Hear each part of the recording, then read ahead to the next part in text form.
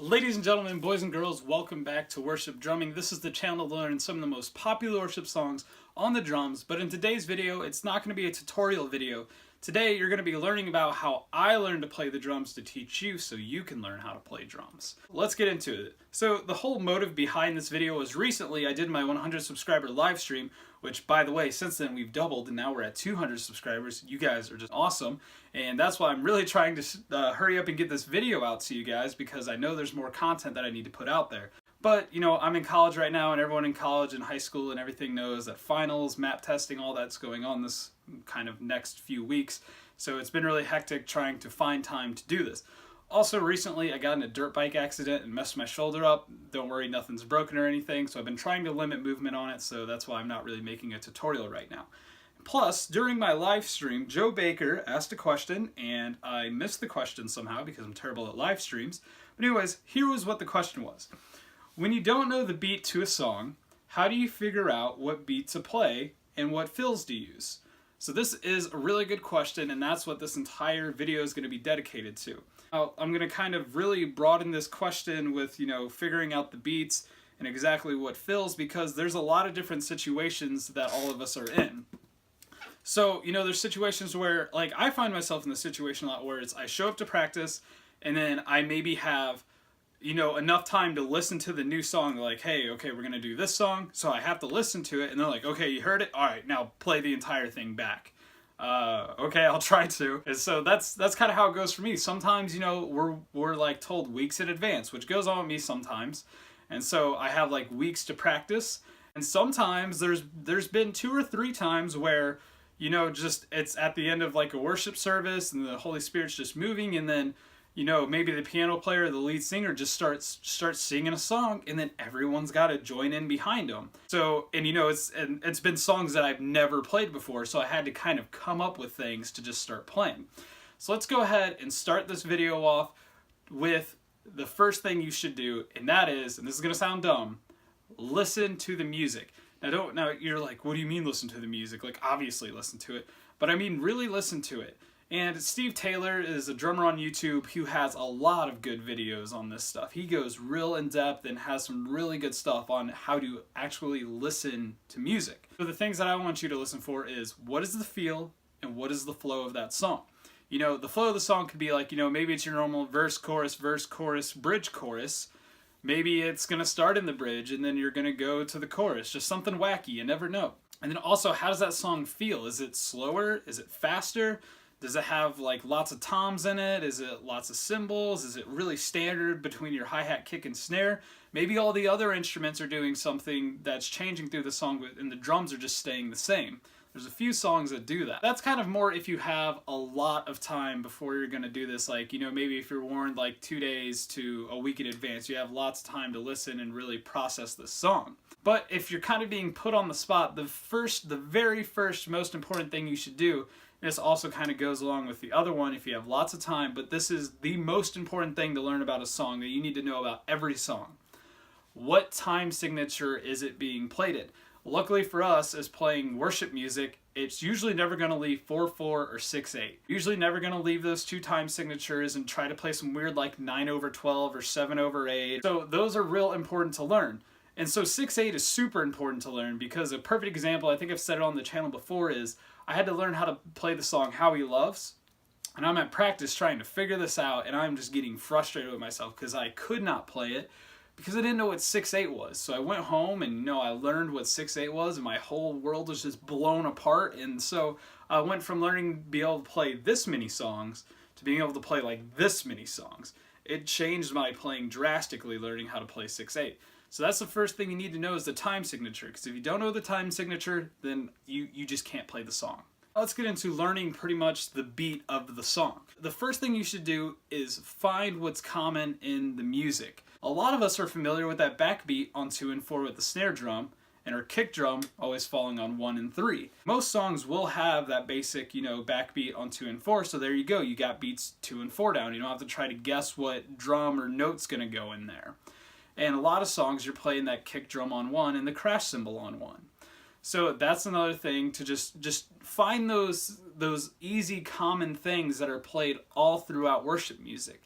And then after that, then find the accents. And so how I find the accents to songs is I'll watch someone play it, or what I'll do is I'll sit there and I'll just count the song, 1 and 2 and 3 and 4 and. Okay, that time it sounded like he accented the high tom on the and of 3. So I'll listen to it again and try to count it and try to really, emphasize that and of 3 to see if I have it right. And maybe I was wrong. Maybe it was actually on the E of 3, or maybe it was actually on the of 3. So it's not something that you're going to get right away. It's a learning process, and that's a big tip that I want to tell you right now. It's a learning process. You're not going to be able to just sit down and play an entire song. If I were to play you a brand new song that you've never heard, and then I were to play it back and said, okay, now I want you to sing along with the song and sing every lyric correct.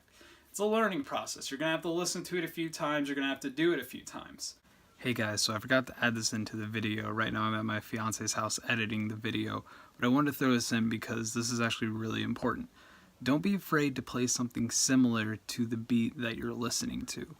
Now, a perfect example of this is with the song Resurrecting by Elevation Worship. Whenever I had to play that on Easter, there's like a really cool sort of drum solo in there, and we decided that we wanted to throw that in there, but obviously I didn't know how to play it and I didn't have a whole lot of time to figure out how to do it. So I learned this really cool tom groove that I actually taught in my Tom Grooves video that sounded really similar to it. So I went ahead and whipped that out and played it. And it's not like people in the audience were like, oh, well that didn't sound at all like the actual record or actual recording of the song goes. The actual recording of the song, the snare drum's only on beat 4, it's not even played on beat 2. So, it's not that big of a deal. Just play something similar to what's being played and it will work out just fine. So now that we've listened to the music and now that we've tried to find some really common things that we're comfortable with and we're trying to figure out the accents, the next big thing to do is watch a drum cover.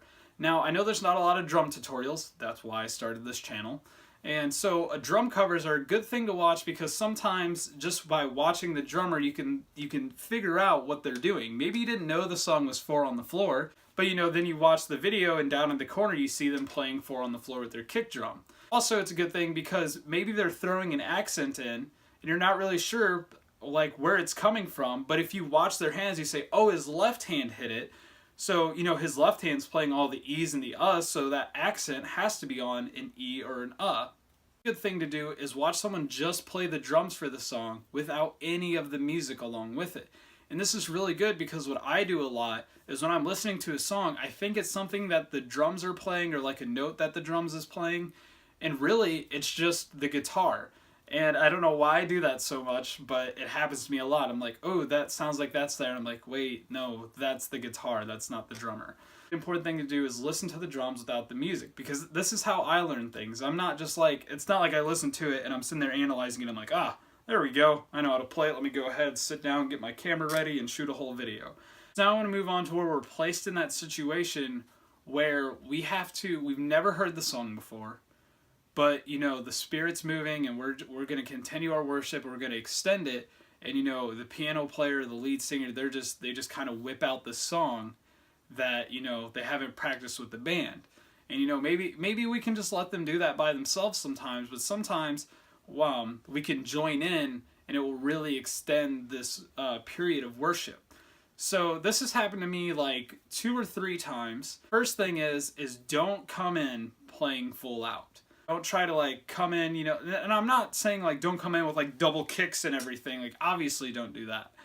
What I'm saying though is don't hit your cymbals really hard or just your normal hits that you would do, soften them a lot and kind of listen to yourself. Is what I'm doing fitting into the music right now? So don't come in too hard. Another great tip is play what you know. Don't try to come up with something on the spot. Play what you know. Play your standard beat with kick drum on 1 and 3, snare drum on 2 and 4, playing your hi-hat or your ride cymbal on all your 8th notes. Don't try to come up with something wacky and fancy. Now there have been instances where, I don't play the standard beat. I'll play something on the floor tom. And, but it's something that I know. It's a sticking that I'm familiar with. I'm not trying to come up with some random thing. And another tip with when you're playing songs that you've never heard before, a big thing that you need to remember is that you are in control at that moment. A lot of times at my church, our piano player, our worship leader, is the one that everybody follows. But whenever we get to songs that's like, what's these songs that no one's ever heard of, and we're all just kind of trying to join in and play together, whatever you do, everyone's going to follow. So if you want to start coming in with 4 on the floor on the kick drum to slowly build some part of that song, then everyone's going to start following you. So you need to kind of develop a feel for this. And so this is a perfect example, because one song we did, it's called Waymaker, and we do it a lot now. And I only play it, and I play it the way I do because the way I played it the very first time. I had never heard this song before, but to me it felt like something that needed to be really heavy on the toms and play some really cool, awesome tom groove with it and make it sound really good. And luckily it worked, and now that's how we play the song anytime we do it now. So another tip, and this is going to kind of lead me into talking about fills, is play fills that you're comfortable with. I would rarely play fills though. Like if you really feel the need to play a fill, go ahead and do it, but make sure it's something that you're comfortable with. Now I kind of want to transition into the second half of Joe's question, which is, how do you know what fills to play? The first thing is you need to learn a lot of fills. Once again, Steve Taylor, a drummer on YouTube, he has multiple videos of the same fill, just kind of with like Drumeo, and then he has it on like his own page, but he's literally teaching the exact same fill. He has these applicable drum fills that work with a lot of worship music. These drum fills are pretty much supposed to work with any type of music, but the only kind of downfall of it is all of it's in 4/4, so there's no real 6/8 stuff that he's playing. But he has like a whole like hour-long thing on Drumeo, about 10 drum fills that work with pretty much all types of music. And he's got a lot of just, dedicated to breaking down one fill on his YouTube channel. And so I've learned a lot of my fills just by watching that. So when it comes time to play a fill in a song, I'll go, okay, let's play Pat Boone, Debbie Boone. And so while I'm playing, Pat Boone, Debbie Boone, and it's not going to work every time. So I'm going to go, oh, okay, that didn't work at all. So let's try maybe just, a walk down the toms or something real quick. And this goes back to, it's a learning process. So whenever you're practicing with the band, throw these fills in, and yeah, they're going to suck. They're not going to sound right, but you're going to be able to pick and listen to and figure out which one should go where. And the more you do it, the more experience you gain in doing all of this, the better you're going to get at learning these songs quicker. Now, I know this was kind of just a big general overview of everything, but I really hope that you kind of learned something from it. I really hope that this helped you guys learn how to kind of learn songs quicker and just gave you some good references, some more things to go out and watch on YouTube once you're done with this video. I want to be putting at least one video out each week for you guys in the coming future. Like I said, I got finals and everything, but thanks so much for watching. Please subscribe below if you're interested in more content like you saw in the video today. Leave a thumbs up if you learned something new, and comment below any suggestions. See you guys in the next video.